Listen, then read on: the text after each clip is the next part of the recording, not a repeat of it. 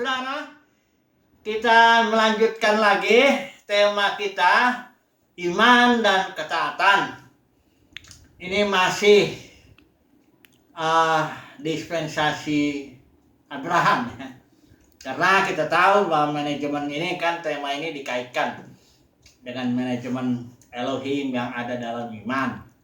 Artinya dalam oikonomia itu, dalam 1 Timotius 1:4 itu ditulis bahwa Tuhan mempunyai pengaturan kerumah tanggaan ya, yang memang itu adanya di dalam iman, tapi Tuhan akan mengatur sedemikian sehingga orang yang kepadanya Tuhan sampaikan firman Tuhan itu harus dibentuk ya, diproses sedemikian supaya mengekspresikan ketaatannya. Tentu ketaatannya itu sesuai dengan babakan jalan ya, dispensasi saya menyebutnya, dispensasi Adam, dispensasi Nuh, dispensasi Abraham. Ini sekarang kita masih bicara dispensasi Abraham. Nanti baru kemudian dispensasi Musa, di mana ketaatan itu diekspresikan, iman itu diekspresikan melalui ketaatan kepada hukum Taurat. Kemudian nanti dispensasi para pemenang, kemudian dispensasi kerajaan, dan akhirnya terakhir dispensasi kegenapan waktu. Hari ini kita akan bicara tentang Yusuf. Kita akan bicara tentang imannya dan ketaatannya, dan bagaimana Tuhan mengelola atau mengatur Yusuf sedemikian sehingga dia menjadi seorang yang berguna lah gitu ya, diberkati dan jadi berkat. Nah, kita akan coba dulu sedikit lah ya sebelum kita masuk nanti ini ke Yusuf ini. Karena kita sudah tahu iman itu datangnya daripada pendengaran, dan pendengaran karena firman Tuhan, dan bahwa orang yang mendengar firman Tuhan itu mendapat kasih karunia karena kita sudah mati dalam dosa, tidak bisa mendengar lagi, tapi Tuhan memberikan kasih karunia-Nya sehingga kita bisa mendengar Dia ya. Kemudian setelah dapat iman itu adalah energi Kristus yang membuat kita bisa percaya, kita bisa menantikan Tuhan kayak Abraham 25 tahun ya. Kita juga bisa bertahan melalui bentuk-bentuk disiplin. Nah, ini yang kita akan melihat dalam kisah Yusuf ini ya. Iman, energi yang membuat kita juga bisa melakukan tindakan ketaatan yang bahkan kadang-kadang ya luar biasa lah ya, dengan harga yang luar biasa. Seperti Yeremia, karena ketaatannya dia harus nyawanya ya, dia ini kan ya, dia harus bayar itu dengan nyawanya. Kita pun bisa demikian ya, karena bukan karena kita itu, tapi karena energi Kristus yang di dalam kita ini sangat dahsyat ini ya.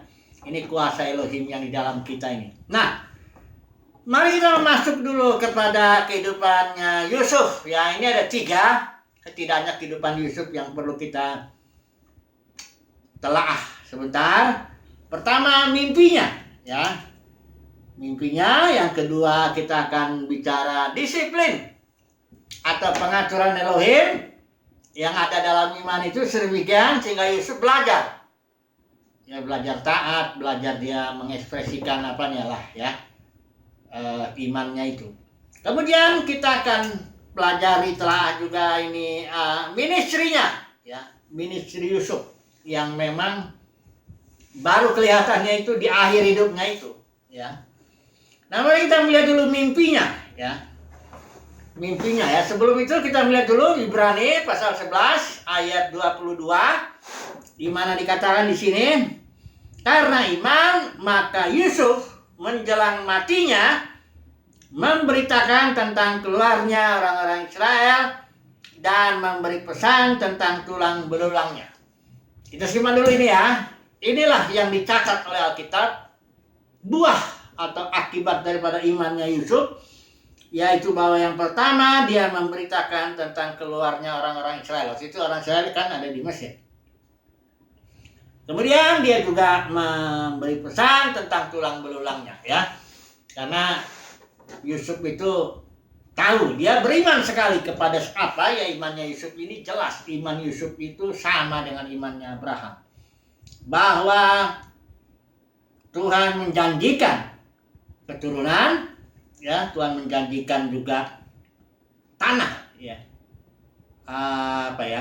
wilayah, ya, tanah perjanjian itu. Dan Abraham, ya, ketika Yusuf itu di Mesir, itu Abraham tentu sudah meninggal, ya. Abraham sudah dikubur di Hebron. Nah, itu dekat Sikem itu, ya, Hebron, ya. Itu Abraham tinggal di pohon tarbantin di Mamre. Itu saudara Hebron, ya. Dekat Hebron, dekat Sikem. Di situ Abraham dikubur bersama dengan Sarah, kemudian Ishak dengan Ribka, kemudian ini Yakub, ya, sudah dari Mesir, dia juga sudah dibawa ke tempat ini dan dia dikubur di sana bersama dengan Lea, karena Rahel sudah mati tengah jalan sebab dia membawa berhala ayahnya itu, ya, Terafim. Nah, sekarang Yusuf, dia ingin dikatakan ini, kita lihat dulu sebentar ini Ibrani, ya, sebelum kita nanti masuk mimpi ini. Imannya Yusuf ini jelas adalah imannya Abraham itu, ya. Dia beriman bahwa Tuhan akan membuat beranak cucu, ya, satu. Kedua, Tuhan akan berikan tanah, ya. Dan Yusuf tidak mau, dia tahu, dia pasti ini Israel ini balik ke tanah yang Tuhan janjikan itu. Dan yang kedua, dia juga tidak mau dikubur di sini. Kenapa?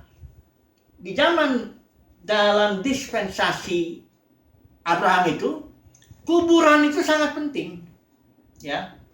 Kalau seseorang mendekat dengan kuburan leluhurnya, kuburan Abraham dalam hal ini, kalau Yusuf dekat ke situ, itu suatu kesuksesan. Artinya janji Tuhan menjadi dekat. Yusuf imannya kepada janji itu, bahwa tanah itu akan menjadi milik, ya, keturunan Abraham. Dan Yusuf itu karena imannya itu, dia mau mendekat kepada janji itu dengan cara, aku harus mati, kuburanku harus di situ, dekat dengan Abraham, ya.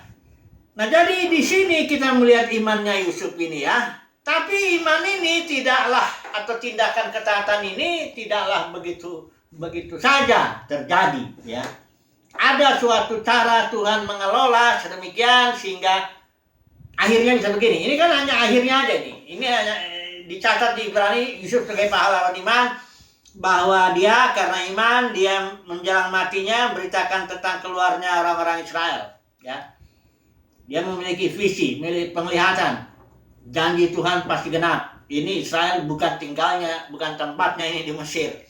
Ini harus kembali ke sana, tanah perjanjian di mana Abraham dikubur di sana. Nah, kan gitu kan. Kemudian dia juga memiliki kerinduan, ya, untuk dekat dengan janji Tuhan itu dengan cara dikubur dekat Abraham. Nah, mari kita lihat mimpinya dulu. Ini mimpinya, ya, agak lucu juga, ya. Mimpinya ini kita tahu Yakub waktu itu masih di tanah perjanjian, dia di tanah Kanaan itu. Yakub punya anak, kita tahu, ya, 12, ya.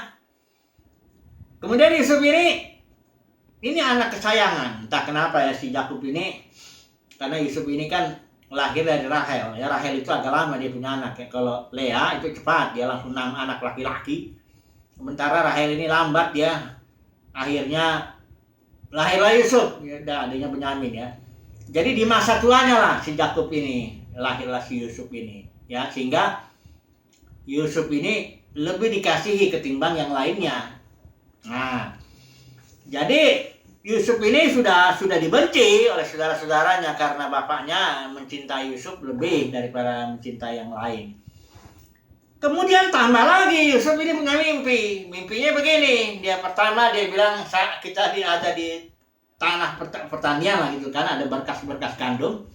Masing-masing kita punya berkas. Kemudian kata Yusuf, berkas-berkas kalian tuh datang kepada saya, sujud kepada berkas saya.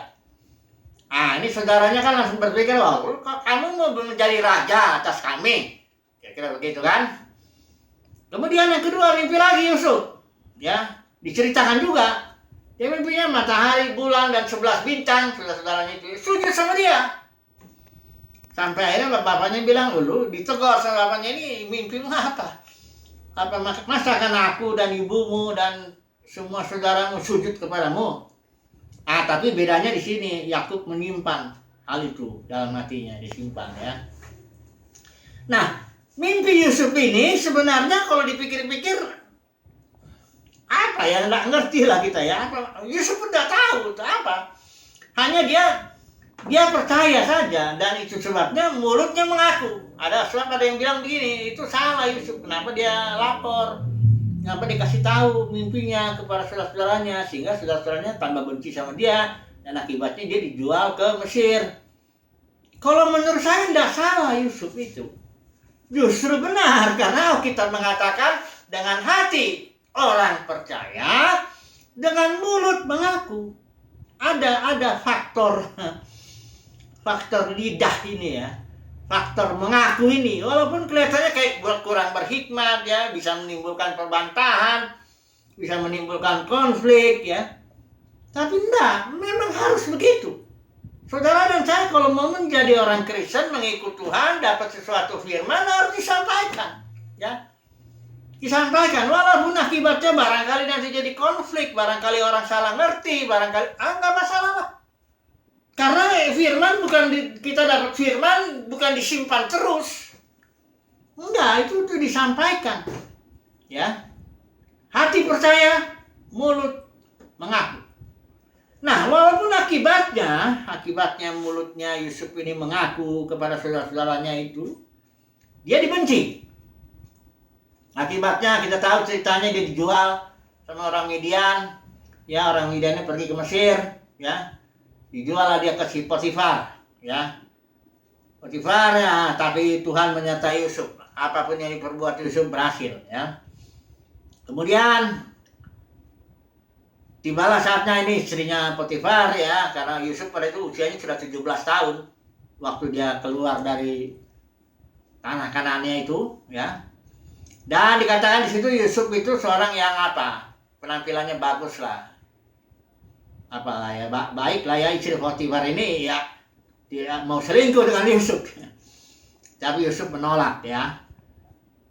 Disinilah ekspresi daripada ketaatan Yusuf ini juga kelihatan ya. Dia ini emang seorang yang kadang saya melihatnya ini perfect banget ya. Apa ya, perfect itu ya, artinya beda sekali ya dengan orang Israel yang banyak bersungut-sungut lah. Kalau dalam situasi ini nih, kalau ini Yusuf kayaknya dia nerima aja lah ya. Dia udah gitu, akibatnya dia menolak itu istri Potifar, dia difitnah lagi sama istri Potifar ini. Akhirnya dijebloskan lah Yusuf ini masuk ke dalam penjara ya. Ini masuk dalam penjara ini pun dia dilupakan. Ada orang di situ juru roti, ada juru minuman ya. Dia bermimpi, Yusuf kasih tahu mimpinya. Yang juru minuman ini berhasil diangkat Firaun. Yusuf bilang, kau ingatlah aku kalau udah berhasil, katanya. Tapi Yusuf dilupakan. Jadi hampir kurang lebih 13 tahun. Karena Yusuf tampil di depan Firaun tuh umur 30. Waktu itu Firaun bermimpi. Tapi ada kurang lebih 13 tahun Yusuf diatur oleh Tuhan sedemikian ya. Dia sudah ada iman, dia sudah beriman, dia percaya bahwa saudara-saudaranya dan bahkan bapak dan ibunya akan sujud sama dia walaupun dia nggak ngerti. Tidak sepenuhnya mengerti, tapi dia ada iman itu, karena itu dia mengaku. Tapi dia pun tidak tahu selama tahun-tahun itu ternyata jalan Tuhan itu, pengelolaan Tuhan itu. Kalau seorang dapat firman bukan berarti langsung digenapi di situ. Daud sudah diurapi menjadi raja oleh Samuel, ketika itu Saul masih jadi raja. Dan Daud mesti belasan tahun juga itu diremukkan, dibentuk ya sedemikian. Barulah firmannya genap, Daud menjadi raja. Itu pun belum langsung menjadi raja Israel. Dia menjadi raja dulu atas suku Yehuda di Hebron. Baru kemudian dia jadi raja atas Israel. Jadi memang demikianlah pengelolaan Elohim yang ada dalam iman ini ya. Yang jelas bahwa Elohim ini mengelola hamba-hambanya yang ada dalam iman ini, yang sudah beriman ini. Saya percaya ini adalah karena nanti ketaatannya itu, ekspresi daripada ketaatannya itu, memang itu harus sempurna, harus dibentuk dulu. Ya, harus Yesus sendiri dia belajar menjadi taat dari apa yang dideritanya. Jadi tidak bisa langsung misalnya percaya langsung beriman gitu, percaya beriman gitu langsung taat, itu enggak gitu. Abraham sendiri bahkan orang beriman itu dibentuk juga ketaatannya sampai akhirnya ketika diuji mempersembahkan Ishak dia berhasil. Jadi sudah begitulah hukumnya, ya. Bahwa orang yang mendapat firman dan timbul iman, ya, itu butuh waktu. Proses disiplin. Barulah nanti dia masuk kepada ministry yang merupakan ketaatannya itu. Dia menjadi taat. Lain kalau dia nggak disiapin bahaya. Kayak Saul. Ini Saul nggak disiapin. Langsung jadi rabi, ya. Samuel jadi raja. Langsung ministry. Akibatnya malah nggak benar ya. Cuma 2 tahun benar. 38 tahun kemudian makin lama makin rusak. Jadi memang sudah hukumnya, aturannya bahwa orang yang beriman tidak bisa langsung masuk dalam ministry atau nanti dia bisa mengekspresikan ketaatannya. Belum. Masih butuh waktu. Seringkali belasan tahun, puluhan tahun untuk baru. Kemudian setelah itu barulah firman-Nya ini digenapi lah, ya. Mimpinya ini jadi, ya. Demikian juga Yusuf, ya. Setelah Yusuf selama kurang lebih 13 tahun, ini tidak gampang juga ya Bapak Saudara, ya. Tidak gampang ini, ya. Karena kita yang melihat tahu kita Yusuf bahwa nanti di umur 30 dia jadi raja, jadi orang kedua di Mesir. Tapi kan Yusufnya sendiri nggak tahu. Dia tidak tahu kapan Tuhan mau angkat saya ini, kapan firman ini genap, dengan gimana dan sebagainya. Dan disitulah Yusuf imannya dibentuk juga, ya, diproses dia sedemikian dan akhirnya ketika dia waktu itu Firaun bermimpi. Ada lembu, ada 7 lembu bagus, ada 7 lembu jelek. Yang lembu jelek itu makan yang bagus. Ada di situ 7 bulir yang bagus, ada 7 bulir yang jelek. Yang jelek ini makan ini. Nah, akhirnya Yusuf tafsirkan. Caranya itu begini, 7 tahun di Mesir akan terjadi kelimpahan. Kemudian datang lagi kelaparan. Dan kelaparan ini akan memakan yang ini. Kelimpahan itu. Disitulah Yusuf. Firaun melihat ini luar biasa ini. Diangkat dia menjadi orang kedua, ya. Nah, kemudian barulah datang itu saudara-saudaranya, ya. Karena sudah di tanah Kanaan juga, di sana ada kelaparan juga. Ada saudara-saudaranya, ya. Dan akhirnya ceritanya, singkat cerita pendeknya, akhirnya seluruh keluarga Yakub itu yang 75 orang, ya, dari tanah Kanaan karena kelaparan datang ke Mesir, dan Yusuf memelihara mereka, ya. Nah, baru Yusuf tahu bahwa ministrinya itu adalah memelihara suatu bangsa yang besar. Coba kita lihat dulu, ya, di kitab Kejadian ini, ya, pasal yang ke-50, ya. Di sini dia ayat yang ke-20, ya. Memang kamu telah mereka-rekakan yang jahat terhadap aku, maksudnya saudara-saudara ini terhadap Yusuf. Tetapi Allah telah mereka-rekakannya untuk kebaikan. Dengan maksud, nah ini nih maksudnya. Baru Yusuf tahu, ya. Melakukan seperti yang terjadi sekarang ini, yakni memelihara hidup suatu bangsa yang besar. Memang benar saudaranya ini sujud juga. Saudara lihat di ayat yang ke-11 dikatakan di sini, ketika negeri itu juga saudara-saudaranya datang sendiri dan sujud di depannya serta berkata, kami datang untuk menjadi budakmu. Benar digenapi mimpinya. Kemudian bapaknya pun di sini Yakub juga begitu. Di sini bilang Yakub ini pasal 47 Kejadian ayat 31. Lalu setelah Yakub bilang sama Yusuf, kau janji dulu bahwa bersumpah dulu bahwa aku kalau mati akan akan dikubur di sana di Hebron ya. Setelah itu Yusuf bilang, dia bersumpah, kemudian sujudlah Israel di sebelah kepala tempat tidurnya. Ya ini nggak tahu dia sujudnya sujud menyembah Tuhan atau dia sujud juga karena Yusuf sudah berjanji, sudah bersumpah akan kubawa engkau seperti yang kau inginkan dikubur di sana. Jadi artinya mimpi Yusuf ini digenapi. Walaupun dia belum terlalu mengerti. Ternyata maksudnya adalah bukan hanya sujud-sujud begitu aja. Ternyata Yusuf akan dipakai Tuhan untuk memberi makan atau memelihara seluruh keluarganya. Ya, suatu bangsa yang besar kalau Yusuf bilangnya begitu. Jadi bagi saudara kita melihat ya, mimpi datang. Puji Tuhan lah kalau saudara dan saya juga diberi mimpi. Harusnya begitu. Kalau nggak diberi mimpi, kayak gitu, ada sesuatu yang salah lah ya. Karena semua orang akan diberi mimpi. Umat pilihan Tuhan pasti diberi mimpi. Nah mimpinya beda-beda. Tapi pasti ada. Ya kalau enggak, dari mana kita ada iman?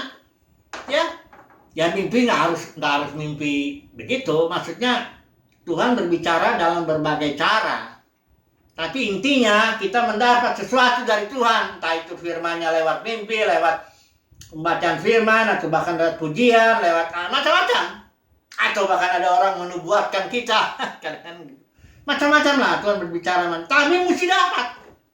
Saudara dan saya, kalau kita emang umat pilihan Tuhan, kita mesti dapat sesuatu yang merupakan benih, katakanlah mimpi ya. Mimpi Yusuf. Kemudian belajarlah kita seperti Yusuf ini untuk setia dibentuk ya. Ini karena begitulah pengelolaan Elohim yang ada dalam iman itu ya begitu. Nggak langsung digenapi. Barangkali belasan tahun, barangkali puluhan tahun ya. Abraham pun 25 tahun dia bapak iman itu kan. Begitulah ya. Jadi saudara kuatkan hati. Engkau punya mimpi, simpan itu ya. Tapi perlu juga kau ngaku juga, walaupun nanti dianggap orang konyol. Ya. Ada yang bilang nanti kalau saya salah gini, enggak usah takut lah. Semuanya dalam kontrol Tuhan kok ya. Pokoknya percaya saja ya. Kalaupun, tapi ingat ya, biasanya bukan biasanya, bisa dibilang selalu lah. Prosesnya itu memang menyakitkan. Barangkali mempermalukan juga kita. Ya, barangkali juga melukai, banyak konflik dan macam-macam lah ya. Tapi nanti ketika genap, kita masuk ke dalam suatu ministry yang seringkali nggak kita bayangkan. Yusuf ini nggak bisa bayangkan, dia nggak ngebayang bahwa dia akan ngasih makan keluarganya, memelihara bangsa yang besar. Dia nggak nyangka itu. Dia cuma tahu, saya dapat mimpi berkas kamu, sujud sama berkas saya. Hanya itu aja yang dia, memang Tuhan pun tidak tahu, karena Tuhan itu bekerja juga progresif, memberikan pernyataan kewahyuan firman-Nya itu. Jadi intinya begitu, masuk dalam ketaatan di sini, iman di sini sudah datang, ya perlu suatu pembentukan ketika masuk ketaatan ini, ya ministry, ya, nah ini dia. Disinilah katakanlah kita bisa menjadi berkat lah ya, karena itu tujuannya. Iman kita itu harus diekspresikan melalui suatu ketaatan atau suatu ministry. Nah, oke, kita lihat kesimpulan dulu. Jadi bagaimana ini kesimpulannya? Kesimpulannya begini, iman datang tidak selalu langsung dan memang tidak langsung digenapi lah. Ya. Itu berupa benih, berupa mimpi ya, berupa suatu ya mimpi lah ya. Dan ketika di ketaatan ini ketika waktunya sudah siap, sudah genap, iman ini diekspresikan, itu diekspresikan dalam suatu ministry. Suatu ministry yang jadi berkat. Suatu ketaatan yang mendatangkan sukacita lah bagi orang-orang ya. Kayak Yusuf ini, dia bagi keluarganya. Bukan hanya keluarganya, Mesir pun diberkati. Bahkan banyak bangsa-bangsa juga datang ke sana. diberkati juga ya semuanya. Jadi kesimpulannya, iman datang berupa apapun dia, mimpi atau apapun dia, sabarlah ya. Dia butuh waktu. Tapi ketika nanti masuk ke dalam ministry atau dalam ketaatan itu, nah disitulah kehendak Tuhan genap, kita menjadi berkat bagi orang lain ya. Puji Tuhan lah. Ini iman dan ketaatan dalam kasus Yusuf. Besok kita sambung lagi. Haleluya. Amin.